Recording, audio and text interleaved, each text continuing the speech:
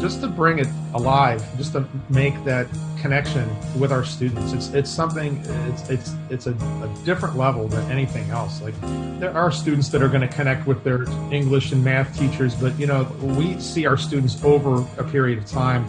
And for me, it's 3 years. The majority of them, it's all 3 years, and just to see that impact when they leave, it's that fire and that interest, and that's why I do it, and to watch them develop. I mean, just to see what they come in like in sixth grade, having just had a little bit of experience, and then seeing where we can take them by the time they are in eighth grade.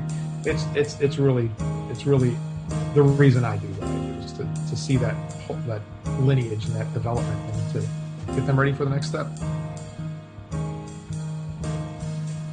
Welcome to Director's Circle, a podcast featuring insights from music educators and school leaders discussing their philosophies on the administrative leadership of a comprehensive music program.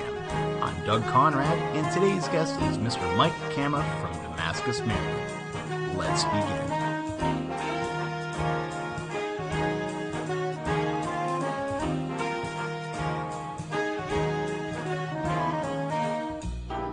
Hello, everybody, and welcome to Director's Circle. I'm Doug Conrad. Thank you so much for tuning in.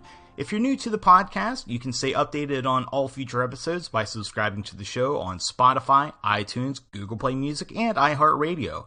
You can also follow us on social media on Facebook under Director's Circle, as well as subscribing to our accounts on Instagram, Twitter, and YouTube. And if you absolutely love the episodes, you can also help us out by going on over to iTunes and leaving us a rating, as well as going to our Facebook page under Director's Circle and leaving a review to help us reach new listeners as well. You'd be my all-time favorite person, and I thank you so much for all of your support.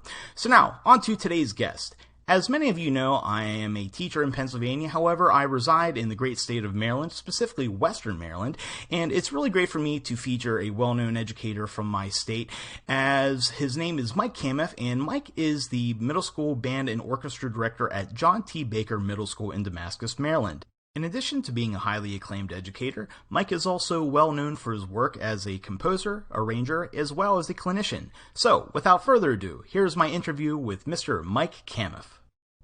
Hello, Mike. Thank you so much for joining us today. Thanks, Doug. Thanks for inviting me on. I appreciate it. Yeah, it's good to have you on here, especially now with this being New Year's Day. It's kind of turning into a new time. Do you start school back tomorrow, or do you have a couple more days off? We hit the ground running, yes. Tomorrow is it. And then, we have a bunch of concerts coming up, and I'm conducting the Southern California School Orchestra and Band, something like that. They're a jazz band at NAMM in a couple weeks. So I got a pretty busy month ahead of me, but I'm looking forward to getting back with the students tomorrow. Oh, man, that's certainly a wild workload. So to kind of get into that a little bit, can you tell us a little bit about yourself and your professional background? Sure. Well, I grew up in Cleveland, Ohio. I attended Youngstown State University for my bachelor's degree. And I actually completed 2 curriculums. I did music education and jazz performance. And then I was hired at West Branch High School outside of Youngstown, kind of west of Salem, Ohio. I worked there and Youngstown State University my first year out of college.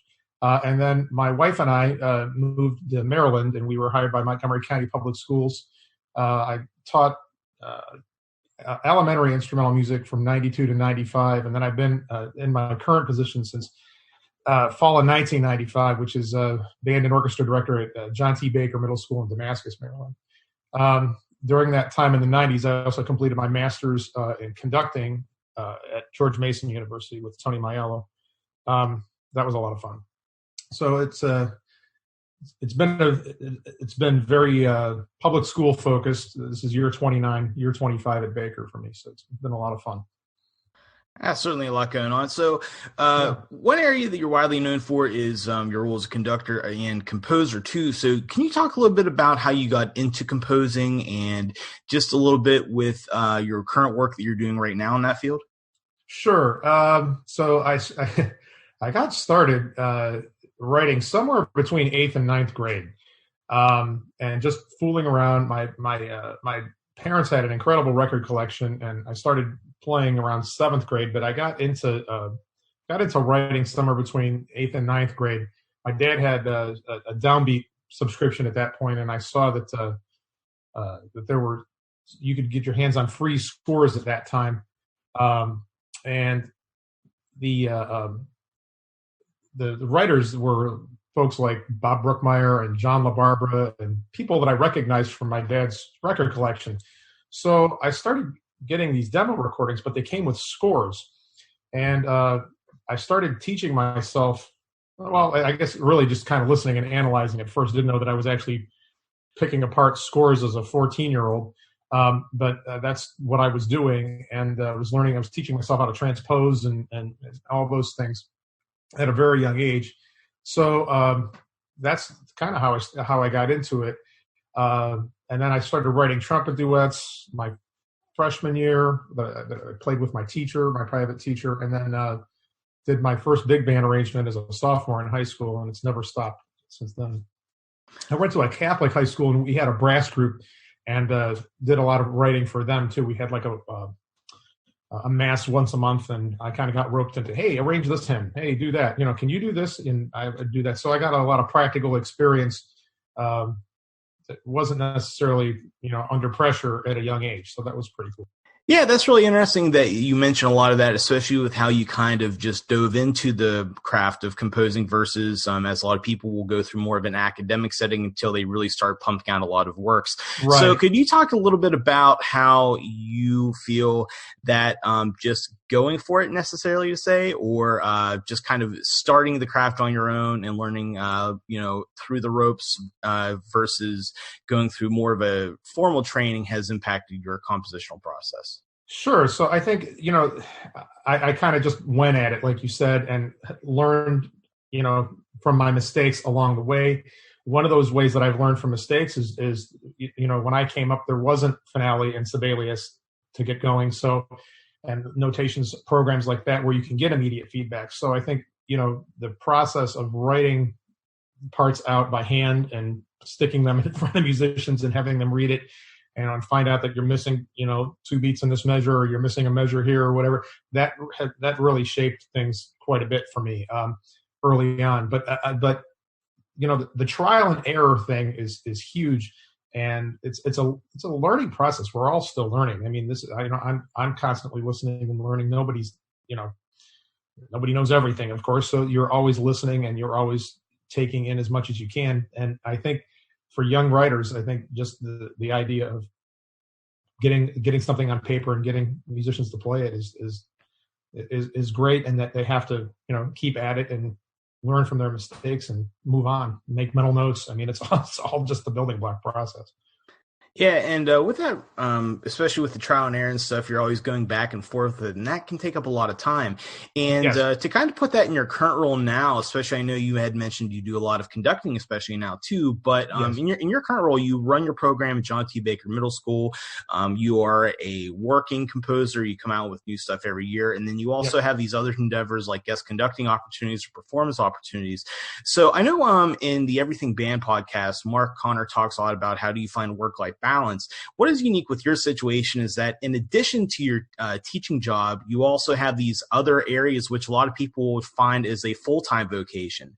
So how do you balance doing all these different things at a high level while maintaining sanity at home? Like, do you have a 2-hour day max on Sibelius, or is there any kind of special things like that you do in your day-to-day life? No, I'm very fortunate that my wife is incredibly supportive and puts up with me. We actually work together. She's actually my partner at work, and that helps us out a little bit too. She had an incredible program at a neighboring middle school, and for the last 7 years, she's been with me. So she's one of the reasons why this happens very much successfully on my part is from her support. I think I don't have a set pattern. I can tell you that I've between September of this past year and December 1st, I completed 6 projects, 5 for Alfred and one as a commission. That's a lot. I tend to do most of the band and jazz band writing for Alfred over the summer. But then if assignments change, or we do our pop catalog gets done kind of late in the season, which late in the season is like a late summer, early fall. So that's a big juggling act when that happens. I wish there was a formula that I could tell you that I use. I don't. It's different every season. I do try to dedicate time at home for everything that needs to happen, and then work on the writing after everything. But my wife is, like I said, very supportive. She's like, you need to go do what you need to do. So there's not really any kind of set formula that I have to doing it. Just when there's free time and there's a deadline approaching, I get serious. Well, that's really cool how you mentioned about with components of being a composer with things like deadlines and the like. So can you elaborate on that some and talk a little bit about areas about being a composer that you wish more educators knew about, whether it be deadlines or working with publishers or anything of the like? Yeah, I think that it is pretty tricky, and I think what everybody kind of needs to understand is we're trying to make, as writers, if we write across genres, we're trying to make other people happy, our editors, along with trying to be true to ourselves. I write for 3 different editors, so I kind of know what each individual wants, but I'm trying to be true to myself too, and make the music happen that I want to hear. I also think that that people need to understand that the industry standard for composers with a major publisher like Alfred is 10. We only see 10% of the original sales. So if an arrangement's $50, I'm making $5 off of that. And if it's an arrangement and it's $50, I'm making $2.50 off that. So I'm not in an industry where I'm going to get rich doing this. That's not why I'm doing this. Obviously, I'm doing this because I love what I do and I want to create music that's playable by student musicians. So I think that's something that directors need to think about. And I want to open up a can of worms here, but when files are shared illegally or music is shared illegally, we're doing the whole industry a disservice, and that's how we prevent more products from being sold, is when works are shared like that. So I think that's one thing that I didn't fully understand as someone who spent my first 15 years or so of my career as a teacher, not involved in the publishing industry, that I see that now on this end. And fortunately, I have a great budget for purchasing music at my school, and I know my situation isn't like every other person's situation, but we try to make sure that we buy from different publishers all the time and make a conscious effort to do that, and to help kind of spread the wealth and keep the industry alive. So I think that that's something as educators that we need to do too. Don't buy everything from one publisher. Spread it around. Go with compositions that you like. You know what I'm saying? Like making sure that we've got you got multiple publishers cross-represented in your programs, as well as women composers and composers of color, and making sure that we're really being true to the art form itself as educators. That's my takeaway, I think, from that. I wouldn't have thought that it's as multi-leveled as it is. There's a lot of people that are involved in the publishing industry. I mean, 4 sets of eyes see all of our instrumental pieces before they even go to the final print and get recorded. So when I say 4 eyes, it's there's an engraver, there's the editor, there's the composer, and there's an independent person whose eyes see everything. And in this instance, actually, we've replaced the independent person with another Alfred staff member. Mike Story actually sees everything. He's a wonderful writer and marching band editor for Alfred. He also looks at everything too. So there's a great amount of time and effort that goes into each publication. It's not just thrown out there. There's a lot of work that goes into it, and I think I think the general public of music educators needs to understand that, what happens with that. And it's a multi-level process, and there's a lot of people involved in that. If we're going to not be respectful to that and share files, I think that's not, I think that's not good for the industry, and that's not good for music education in general. Yeah, that is certainly an unfortunate thing that has come about, especially now with file sharing, especially in the last 10 or so years. I remember just the other day on Facebook, there's a highly acclaimed composer. I won't mention his name, but he had made a Facebook post about something where he actually had found files to one of his arrangements, and he had emailed the director at that school about that, and they got some a little bit of backlash. So it's just kind of different to see how the respect for that has kind of dribbled down, and unfortunately that is a thing. And yes, and that's really cool to hear that background too, Mike, especially how you talked about even with that, to take in mind that even aside from your name on the chart, there's lots of other people that are collaborating on those projects as well. Yes, so absolutely. Could you talk a little bit about that process now? So, like, let's say if you're writing an original chart for middle school jazz band, you put a title on it, you send the Sibelius files to your editor or whatever it is. So let's say once you finish the files on your computer, what's that process look like until it's published? Well, let me actually double back. So what ends up happening for me is it's more along the lines of assignments in the band and jazz band catalog, and then strings are a little different because we've transitioned to using Chris. So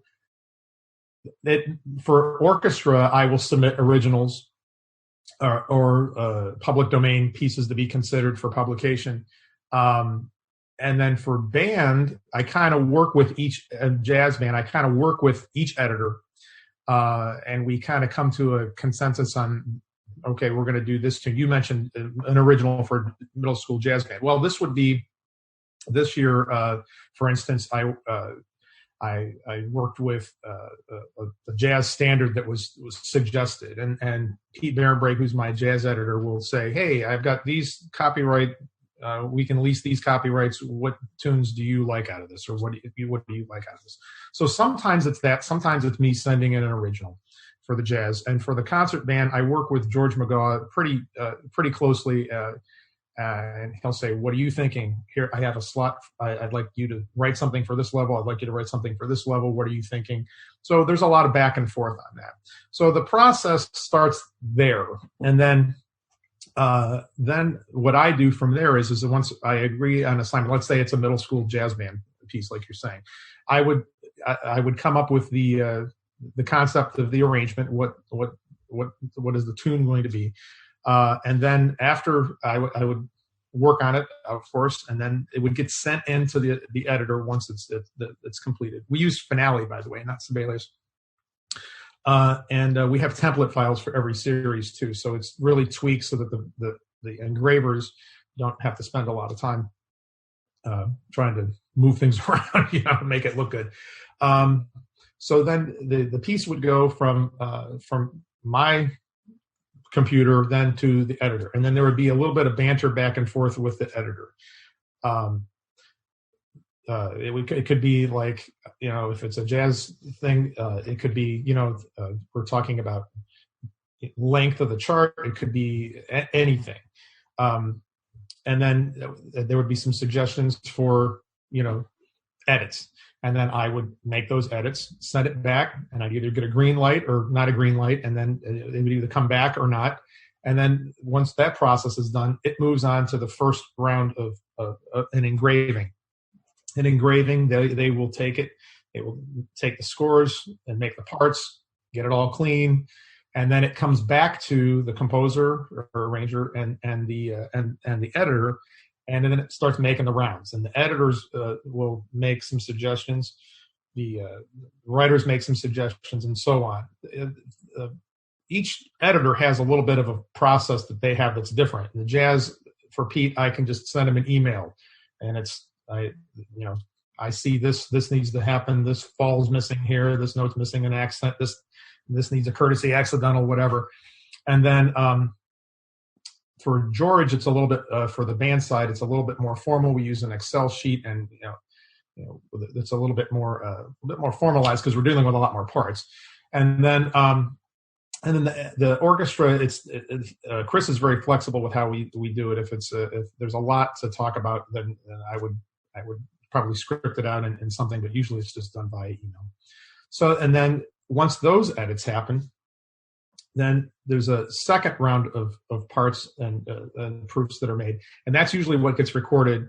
And I don't ever see those until I get it in print format, unless I ask one of the editors for them. So when I get a proof, like often my students are my guinea pigs on some of my pieces, so I'll take them in. Like we just played last month. We played one of my new pieces that's coming out this next go around.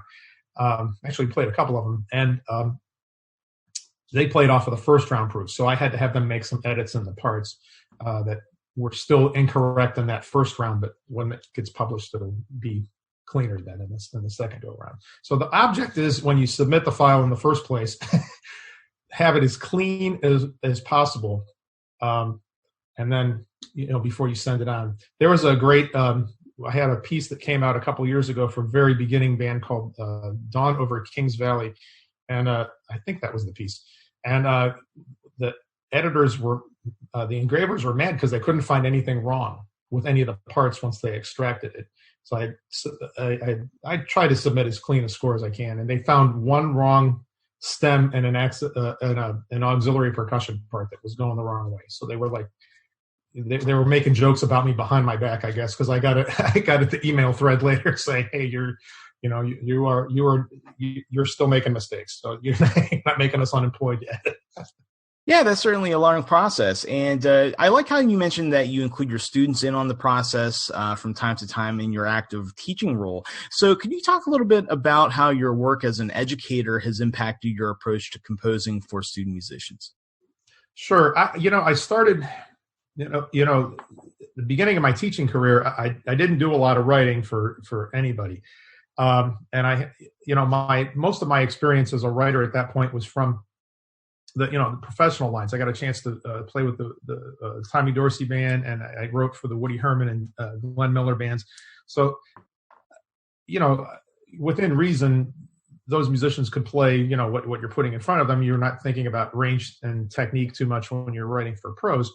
So when I started writing for my students, it was very, very sparse at first, and but I needed to make sure that that I was writing repetitive parts for the bass players. The comping was all written out for the piano players. Simplified parts. I'm thinking in a much narrower range of range, for no better word, and technique, so that it's all playable by middle school students at this point. So I, that experience was kind of shaped what has happened for me with the publishing industry. One of those pieces that I wrote for my middle school bands initially was the first piece that Belwin picked up with Pete Barenbreg. He contacted me in 2004, and I had just done this piece with my kids. And so I sent it to him, and he, at his suggestion, and that's the first chart that got picked up. And it had I think it was successful, and it still gets played because it changes grooves, and it's an easy chart to teach to kids. But the repetitiveness of the rhythm section parts are kind of what make it key. That's one of the things that I found that works, especially with young musicians, because if things aren't happening in the rhythm section, it's not happening. So I think that kind of experience at first of me writing for the young rhythm section and young bands in particular kind of like was a catalyst for more music. And I got Pete asked me to start doing one piece a year, and then it eventually evolved into two pieces a year, and so on. But having the students there, middle school students, we have a decent program at our school, so their technique is quite good. So for the Young Jazz Ensemble series, which is our green cover series, if I can do one or two of those level charts by the end of the year with my middle schoolers, that's a good thing. And I was able to do all of these charts second semester with. So pretty much every green cover chart that's come out through Alfred, I've been able to do with my middle schoolers second half of the year, and that's kind of my gauge is if I'm hitting the mark with the series. There's been a couple that been pushing it a little bit, but it's for the most part it works. So for somebody to look into the act or art of arranging or composing, would you have any advice for somebody, even if they're not looking to be published necessarily, but if I'm looking to write for my own band program on even some kind of marching band tune or something like that, even, if you will, do you have any advice for entering that type of practice? Yeah, I think listening and studying scores and seeing how the great writers do it is invaluable. I think that act that I had of looking at Thad Jones and John LaBarbera and Bob Brookmeyer's scores as a 14-year-old rubbed off on me and how to do it. Score study is huge. And then just knowing your target audience, like if you're writing for like I'm writing a piece right now for a school group, and I need to avoid certain things that the director's asking me to avoid. So you have to understand that as a writer and make sure that if you don't have the trumpet section to do something screaming Mimi, that you don't do that. You know what I'm saying? If your trumpet's sort of topping out at a G or an A, that don't let them keep hanging up there. And look how writers write for young musicians, younger musicians, I should say. And notice that, notice how they're passing melodies around. Notice how they're making sure that the brass ranges aren't crazy, and that you're making a peak point happen in the arrangement, and it's not necessarily blowing your brass players out. You know what I'm saying? So kind of know the strengths and weaknesses of the ensemble that you're writing for is kind of what I'm getting at. Certainly. So one last area on this field of you as composer, and I'm really engaged to hear your answer, especially as an educator and composer. But when it comes down to repertoire selection for what you would program for your own bands, especially at Baker Middle School, what constitutes quality in musical repertoire whenever you're considering it for being programmed? Well, there's a lot that goes into that. Like I alluded to earlier, we have a great budget, so I was constantly supporting writers in that. But I think the main focus for me as a writer is it a quality piece? So what constitutes that is it has to be a well thought out piece of music to me. It has to have a form that is going to be teachable. Whether that form is through composed, it has to be something that is going to be accessible to the kids and that they're going to buy into. I think that's part of it. Sometimes you think a piece is going to work and you get it in front of this group and it works, but it doesn't work the next time you want to do it, or vice versa. So I think it has to have teachable melodies to it. It has to have some sort of harmonic twist or hook to it that's going to make it interesting for the kids. One of the things that I look for too in a piece is, I hate it when a piece just has the melodic material and the flute and trumpet parts. It's got to be passed around. You got to show your low winds some love, especially at the young level, because otherwise they're just playing like footballs, and it's not cool. So I think I think varied orchestrations, something that's rich melodically and harmonically, and that has teachable forms to it, and that is going to show interest to the kids. That's what I look for in programming. And obviously, everything can't be high, fast, and loud, but getting the kids to buy into lyrical music that is great. We just did we bought into Randall Standridge's Garden Consortium online. I don't know if you're familiar with that, but he did added two pieces to two that he had written for Grand Mesa, and we did one of them on our winter concert, and it's called Flowers was the name of the piece. And the kids, from the first reading, our students loved it. and that's not always the case with a lyrical piece of music. So my wife and I breathed a sigh of relief with that one because they loved it. So that was good. And the cool thing about that piece is Randall did pass melodic material around, and it is a rich harmonic, and there's a harmonic palette, and there's beautiful melodies to it. So I think when all those things come together, it makes it much more interesting for the students and the audience too. So I think for me, that's what constitutes quality in a piece of music. It has to have teachable moments and hold the students' interest, especially at the middle school level. That's hard to do. For sure. So now to move on to some questions that I ask everybody here on the show, could you talk about one or two of your favorite rehearsal tactics? One of my favorite rehearsal tactics, and I didn't do this year, and we already had our first performance with every group, but one of my favorite rehearsal tactics is I don't speak. The agenda's on the board, and it's right. I do this right before the first performance because especially the young sixth graders, they don't know what's going on. So we have to kind of get them acclimated to a real performance situation. So I don't speak. And I let my gestures do the talking. I mean, it's a lot of fun to watch the students like realize a couple minutes into the rehearsal that he's not going to talk, and we've got to really pay attention. And all of a sudden, you can hear a pin drop in the room because the students they're worried, something they're in trouble or something, but they're not, and you're just kind of making things happen without even saying a word. So that's one of my favorite things to do. Another favorite rehearsal tactic is to record the students and play it back for them and let them hear and hear for themselves where the good things are and where the things that need work are too. But those are two of my favorites. The not talking one is a lot of fun, and I really enjoy doing that. And it makes a huge impact, really. Yeah, with silent rehearsals are always fun, especially your first few that you ever try. Just with all the kind of zany stuff you can do, it's a fun one. So anyway, then aside from that, then too, with the role of how we view music, and not just in our classrooms, but into the whole experience of a child in their K through 12 curricular experience, how would you describe to somebody if they asked you, why do we teach music in schools?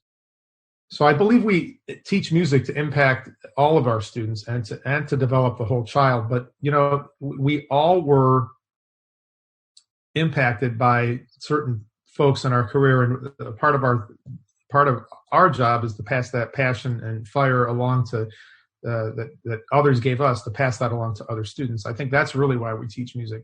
But to bring it alive, just to make that connection with our students, it's something. It's a different level than anything else. Like, there are students that are going to connect with their English and math teachers, but we see our students over a period of time, and for me, it's 3 years. The majority of them, it's all 3 years, and just to see that impact when they leave, it's that fire and that interest, and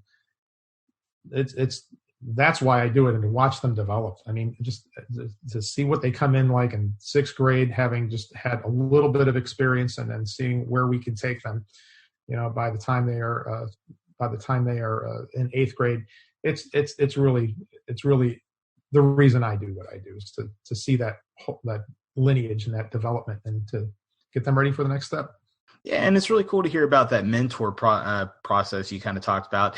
And to kind of elaborate in that in your own shoes now, have there been any people that have been leaders in your life personally, professionally, that have made an impact on you? And if so, who are they, and what have you taken away from your time with them? I think my first real big hero was my high school band director, Wayne Miller, at Padua High School in Parma, Ohio. Wayne was there from 1960 to, I don't know when he retired, in the 90s. I was there from 80 to 85, I guess. He approached music with a lot of passion, and that was the first person that I can say, that really did that, as a mentor, and it was fun to watch him learned a couple things of how I didn't want to do things watching him, but just that fire and passion was great to see, and it was toxic at that point for me. It was like, that spoke to me that, man, I really want to be a musician, and I didn't know at the time I wanted to be an educator, but that really spoke to me. During my undergrad, I had a lot of great people when I was a student at Youngstown State University. The first person that really did it for me was Tony Leonardi, who ran the jazz program at YSU. I met him my senior year in high school. They did OMEA did an Ohio Music Educators Association did a regional jazz band, and it was the first time they were doing it. I was actually picked to be in the all-state orchestra on second trumpet or something, and I turned it down to do the jazz group, and it was probably one of the best decisions of my life because I got to work with Tony. Not only in that band, but for the next 6 years as a student of his, and then the next year as a faculty member at Dana, and then on and off until his passing in 2001, writing things for him and collaborating on different things with him. He was another person whose passion was just genuine, and there was no room for any mistakes with Tony. He was a perfectionist, and there was nothing he wouldn't do for you. But there was just this fire, and the same thing can be said for a bunch of other faculty there, but Dana at the time, but specifically Tony and my trumpet teacher, Soto Pellegrini, who gave me just encouragement and just was just an absolute pleasure to work with. And I got not only to work with him, individually in the lesson room, but I got a chance to play in an orchestra with him and do gigs with him, and just sitting next to him was just absolutely incredible. And then during my graduate work, I got a chance to work for 2 years with Anthony Maiello at George Mason University, one of the world's, in my opinion, one of the great conductors in our field. Just an absolute gem of a human being, and so passionate about what he does, and calls music vitamin M. I love that thing of his. And so I think about that often. That's my job, is to pass along that love of give everybody their vitamin M for the day. And he was just so encouraging. I have no conducting chops whatsoever. I mean, my conducting is just not great. And he just worked with me, and I've probably forgotten just about 95% of everything he taught me, but just in general, I shouldn't say that, but just in general, he was just so encouraging and so positive with me, and that really made an impact on me. Yeah, there's certainly some great names in the field, and I especially like that antidote of was it Vitamin M? Vitamin M, yeah. Vitamin M. Vitamin M, man. You got to give everybody their daily injection of vitamin M. That was one of my when he would take the baton and like inject it with himself in the lessons. You got to have this vitamin M. Yeah. Oh man. Certainly. So, all right. So to wrap some things up here with our final question, Sure. What advice would you give to music teachers to help their students thrive? We have to create an environment that is positive. It's a positive classroom, and a classroom where students are going to be willing to take risks. And I think that's a key to any program. We also want to make sure that they feel comfortable talking to you and coming to you, and just creating performance situations for the students where they're going to feel great about themselves. And that goes back to the literature that we were talking about earlier, and making sure that we're picking good lit for the kids, and putting good repertoire in front of them that they're going to want to play. That's going to make them feel like they're really, really producing a great product. And I think that's key. I think we want to make sure that we're as positive as we can with the students, and that we're creating an environment that they want to come to every day and be a part of. I think that's key. Some great points. So with that said, that wraps up everything, Mike. I'd like to thank you again for taking the time, especially on your last day here of winter break, to share some of your insight with us. And I wish you and your students nothing but the best as you go back into your new school year. All right. Thanks, Doug. I appreciate it very much. And thanks for having me. And best of luck with your school year, too, as you wrap it up. This concludes our episode.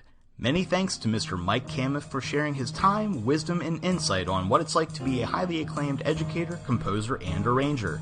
If you enjoyed this episode, please make sure to subscribe to the show on Spotify, iTunes, Google Play Music, and iHeartRadio, as well as following us on Facebook under Director's Circle and our other social media accounts on Instagram, Twitter, and YouTube to stay updated on all future episodes and events. This is Doug Conrad saying thank you for listening, and be sure to tune in to the next edition of Director's Circle.